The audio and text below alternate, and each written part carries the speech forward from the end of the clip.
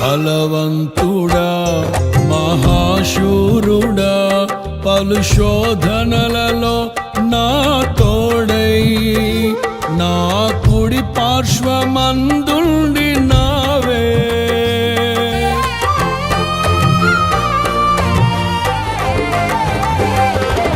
నీ మహిమకై నీవేర్పరచిన నీ పాత్రగా నన్ను మార్చి నీవే.